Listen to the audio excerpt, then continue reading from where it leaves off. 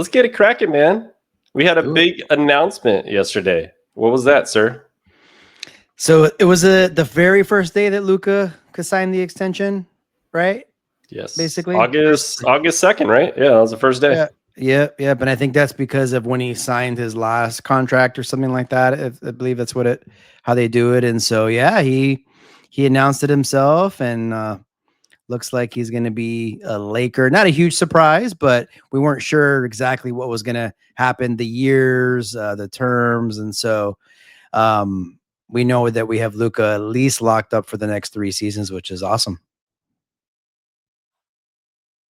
Yeah, I mean, knowing that he signed the day that he was eligible to sign is a pretty good fill-in for Laker fans and just the NBA in general, right? Because now you know that a superstar is going to be in LA.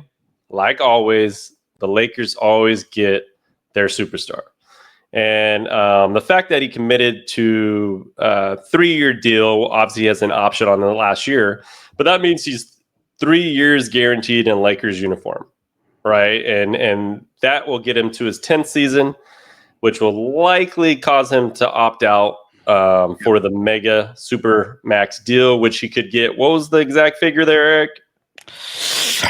Wow, 5 years, $417 million, which is going to be the option in 3 years for Luka. 80 plus million a year, right? But that will be the going rate at that time, right? So you get all these extensions that have been signed and players making 70 plus million. It's going to go to 80, and who knows? Maybe you'll have $100 million a year player in the foreseeable future. But it was great to see Luka sign on dotted paper and just be ready to commit to the purple and gold. And I liked how he went into his press conference and talked about he's ready to win now. You know, he's not waiting for a rebuild. He's not waiting for anything like that. He's ready to win right now. Yep. And just before that, speaking of the contract, just in comparison, I was just thinking about it. And I don't even know if we've talked about it on the show or not, but when Shaq signed with the Lakers in 1996, it was a 7-year, $120 million contract. And that was like definitely the biggest contract in terms of years and dollar amount at the time. And so I don't know. I mean, are things all relative, I guess? I mean, it's gone up about 4 times that, maybe, if not more, because of the years, but I don't know. Just thought that's where we've come now. So now we're going to get into the 5 years, 400 and something million, but that's just a side note. But yeah, man, it's we know, which we're going to get into in a little bit with LeBron, but we knew that there's a lot of, could potentially have been a lot of question marks going into next season. Hell, if Luka could have easily been like, you know what, I'm going to play one more year in LA because that's what my contract says, and I'm going to test free agency next year, and I may stay with the Lakers, but I'm going to see what else is out there. And so that could have been a possibility. And so him, as you mentioned, signing so quickly, it was obviously already planned, and so that is a good sign because we know that he wants to be here. He didn't want to flirt with anything and let time pass, and he did have other options too, right? It could have been a 1-and-1, so he could have signed like another year and an opt out. There could have been a little bit longer of a term, about 4 to 5 years, but that wouldn't have made sense for him economically. And so I think it's great to wrap this up now. I keep hearing about 2027, and that's still 2 years away. So I think we gotta worry about a little bit of maybe those first 2 of the 3 years that he's with us. But yeah, super excited, obviously, to have him, and let's see what team we roll out there. Yeah, I think the early indications that he was going to sign this extension was that the fact that he was recruiting for the Lakers, right? He recruited Ayton. Obviously, we didn't get a chance to talk about the Marcus Smart signing. Mm-hmm. Bravo, because I thought that was a great signing. Like it. And that was personally Luka recruiting these players, right? Marcus Smart talked about it. He talked about how Luka really wanted him to play there. So I think that was positive. And just the fact that, to be honest, you almost get Luka for a bargain. I mean, you're only going to be paying him 50 plus million a year for the next 3 years, which is for the going rate of superstar players, that's nothing. That's cheap.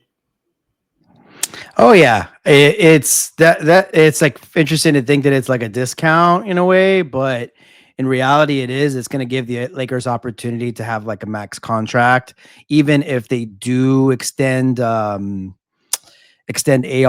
Austin Reeves, which is obviously looming to next season. To all accounts, even if they re-sign him to a larger deal, they're still going to have like a max spot. Obviously, we'll see what happens with that's assuming in a couple of years LeBron will be gone and things like that. But yeah, so that was telling for sure. Him doing all that recruiting, Marcus Smart. I mean, it's something we kind of like. I don't know about on the show, but we and I have we kind of talked about it. That'd be someone of interest now that you figure Washington is going to be doing probably having some buyouts, right? Just because of kind of what they're doing over there with the youth movement. But I really didn't think that he'd be coming to the Lakers, and so that was a surprise. And so, yeah, man, it's I think it's all good things coming here, and hopefully it'll amount to a real competitive season coming up. Yeah, I mean, Marcus Smart to me was, we've talked about him as a player and just getting a defensive player like him. Maybe the only concerns over the last year or two are just kind of the health concern. He's had some injuries and just hasn't been himself in that way. But you're not asking for him to be the main star, your starting point guard or anything like that on this team. You're asking him to come in and be your sixth man. And I think he can fill that role easily. And also when you need him in the fourth quarter and some crunch time, he can be in that lineup with Luka and LeBron and AR to kind of guard some of those players that you need to guard down the stretch. So I think it's a very positive move. I think it's going to mesh well with Ayton and having a pick and pop guy and a guy that can roll to the basket. So I like the move so far. What are your thoughts on what they need to do kind of moving forward to really contend the way Luka and I would assume LeBron want to? Well, on the Marcus Smart front, it's kind of funny because in 2014, the Lakers had the 7th pick and Boston had the 6th pick, and it was rumored that Lakers were going to draft Marcus Smart, and Boston ended up taking him, and the Lakers drafted, Julius Randle. So it's funny after all these years. You knew who I wanted in that draft. I mean, this goes back to like what we always talked about. I always wanted Marcus Smart coming out of that draft. Yeah. But obviously we're getting him at a later time. So yeah. So I guess better late than never. But yeah, we're not saying he's gonna, win the 3-point contest and the All-Star break or anything like that. But he's just one of these guys that from afar, and I get it. It's been a couple of seasons of really not hearing much about him. And that happens when you're on bad teams, he was on a Memphis team that season they were not really good. They had a lot of injuries, spent a lot of time with Washington last year. So I wouldn't really count those 2 years against him, other than of course he's getting older.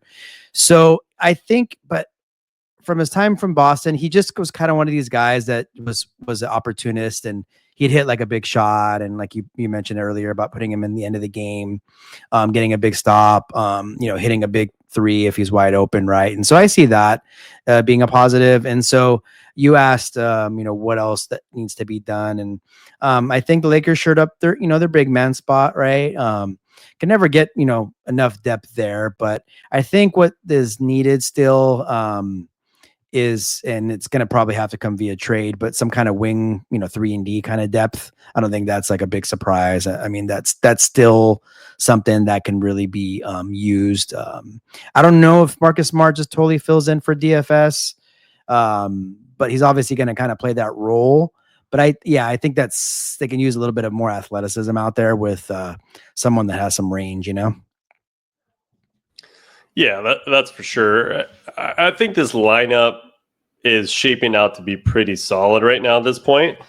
Yeah. I'm just wondering if they need to just make one of those subtle trades, right? Yep. Whether it's, I love the way Rui kind of fits this team. He's been great at the corner 3. He's been great as a Laker. right? But is there a trade out there that you include him, a Vando, or somebody like that, and you get back like Andrew Wiggins or a 3-and-D type of player like that, that could be in your starting lineup. So I think there's still some options out there that could be possible. But if you told me that they have to roll with this lineup that they got right now, I still think this is a top 4 to 5 seed in the West, with the amount of teams that are still there. Yeah, and it could be something on the margins, kind of like what you mentioned. It could be something a little bit bigger. I mean, it's not going to be huge, but Wiggins could probably be like maybe one of the bigger names out there. And so I think we'll see, right? I mean, sometimes when you don't hear news is when something usually happens, and then when you hear something, it just never does pans out. And so it could be something that Lakers go through the first half of the season into the trade deadline. It just could be one of those things because they still have like those first round picks, or at least that one where they probably would only move on it if it's like really going to make a difference for the next year or two.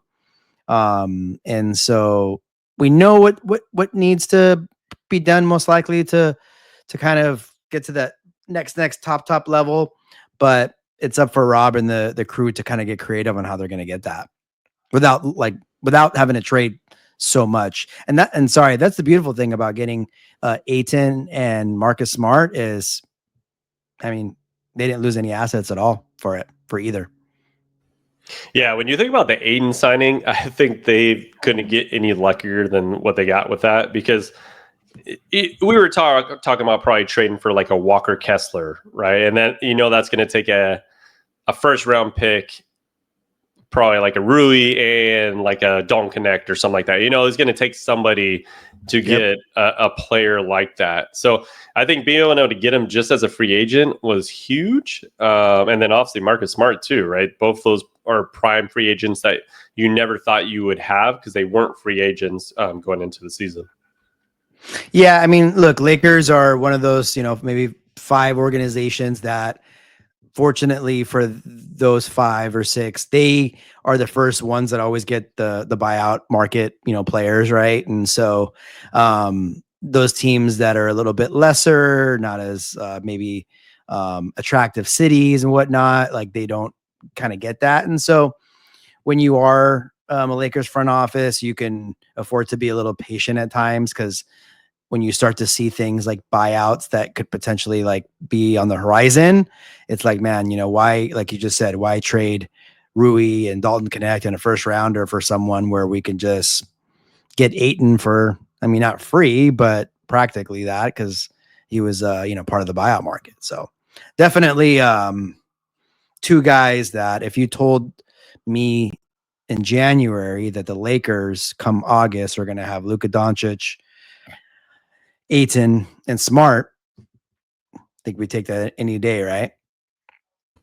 Oh, for sure. And I think, as Laker fans and everything like that, having a 26-year-old superstar as your top player right now is huge, right? Because like there was times where no matter what, LeBron is a mega superstar, right? But there were certain times where it's like, oh man, I wish LeBron would recruit this player or get this player, or we'd miss out on a lot of signings because not that everybody doesn't want to play with LeBron, but there's a shadow that people have issues with being just around LeBron James, right? Yeah. So I think it's refreshing to have a younger guy like 26 years old that everybody so far loves to play with, right? And you're able to get those guys. Like he recruited 2 guys and he got them, right? Yep. So I mean, instantly. So I think that is key, kind of moving forward, at least on the free agent standpoint, because going into this season, however it goes, hopefully the Lakers win the championship. But no matter what, going into next season when they're trying to recruit for more NBA players and off seasons, you got Luka as your head guy, and you have him for the next 3 years, and hopefully Absolutely. for the next 5 after that, right? So I think this is a great pairing for the league, and obviously a great pairing for the Lakers. Definitely. Yeah, 100%. That's the best thing you could see is your mid-20s superstar really being committed to the team, wanting to get better, recruiting players. I think when LeBron got here, I'm pretty sure. I mean, you and I definitely didn't think he'd be coming into year 8 on the Lakers. I was thinking maybe 4 years. I think he, so to speak, like retired that like recruiting hat, if you will. I think he came to the Lakers and he was like, players are just going to come. And so obviously AD, in a sense, maybe he recruited him. We don't know what happens behind closed doors, of course, but it wasn't like as active or as out there as Luka has been. And so it is definitely refreshing, for sure. And that's kind of what Lakers have done through their historic, years, is just get that franchise guy and kind of go from there. Yeah, that's for sure. Before we move into the next topic, we got to cover Slim Luka and him getting the cover of Men's Health magazine. But obviously, we knew that this was a big offseason, and we knew that he had to get in better shape. JJ Redick said it. I think Luka would have said it himself. Obviously, what the Mavs said on the way out when they kicked his butt out of the door. But what do you make of his offseason so far? Because from everything I've read and everything I've seen, he's pretty much hitting it out of the park. Yeah, I mean, look, like he's an offensive specimen, and that didn't really change when he came to the Lakers. He was coming off an injury, which I'm sure he wasn't really as active. It was like a little bit of elephant in the room, right? I mean, they kicked him while he was down on the way out in Dallas. It's when you come to the Lakers, things are magnified. The way they went out in the first round of the playoffs, of course, they're going to point out to the conditioning of Luka, and even JJ said it without saying it. And so Luka wants his 400 and something million in 3 years, right? He doesn't want the same thing to happen that happened in Dallas to happen here in LA. I don't think it will, but he has to make sure of that. And so we'll see, right? I mean, I love what he's doing. Obviously it looks great. I think it's going to put a little pep in his step, maybe get him a little bit kind of better, when he's kind of shuffling his feet defensively, things like that. And we'll just see. Hopefully it pays off. I'm sure it will, from an injury standpoint and things like that. But yeah, so far so good as far as like his physique, that's for sure. Yeah, I think he had to sit down probably after offseason, just realize what had transpired. Obviously, he got traded from his team he was drafted from. There's a lot of trash talk kind of going around, and the way the Lakers season ended. And I think he just realized that if he doesn't take this seriously, all this can go away, right? You were traded. Like nobody, 99.5% of people would have never thought Luka could have been traded from Dallas Mavs without him knowing or requesting a trade. So I think that's a real reality check for him. He even said that some of those, fat shaming pretty much motivated him. And I think he had to say, do I want to continue to play this career like the way I've been yo-yoing back and forth? Or do I want to take this serious and really take the offseason to kind of change some habits? Because we don't know how it's going to be during the season. We know what the offseason brings. It's a lot easier to get in shape during the offseason than it is kind of during the season, or to maintain some of those habits. So that's the next step. Does this translate throughout the season? Or do we see some fluctuation on what his habits are, right? So I think he's made the mentality, he's made the mental checklist, and I think he's ready to prove to everybody that he is one of the baddest players in this game right now. And if he's been giving people 28, 8, and 8 the way he looked before, I mean, to me, there's no doubt he's a front runner for MVP this season. Oh yeah, I mean he's definitely top 2 or 3, and I hope we see that MVP type level performance, because that means the Lakers are going to be doing well. And so, yeah, I mean, you pointed it out, like sometimes when you're in the off season, not to say it's easy. I mean, it's not easy to get in tip top shape, but season rolls along, right? It's a long season. You're on the road a lot. you're at hotels, you're probably doing team dinners, whatever, all the stuff that they do. And so that'll be interesting to see how that holds up. I know the last couple seasons, his bulkness actually kind of helped him on the offensive side, right? Just people were bouncing off him and things like that. So that'll be interesting to see if he can still kind of, utilize that bully ball, I guess you could say, which has kind of turned to be part of his game as of late. But regardless, I think we'd all rather have a super in shape Luka Doncic versus, kind of what we saw there a little bit towards the end of the season and in the playoffs. Yeah, it'll be interesting to see if he's a little bit more athletic like he was his first couple of years in the league, where he was actually dunking. And you can, if you go look at film, he was pretty damn athletic for his first couple of years. And then he started using more of that bully ball, using his body, which is still a great skill to have too, right? Because that creates a different type of game, especially in the half court setting. But yeah, it's gonna be interesting to see what he does the rest of the throughout the season. But I look forward to it.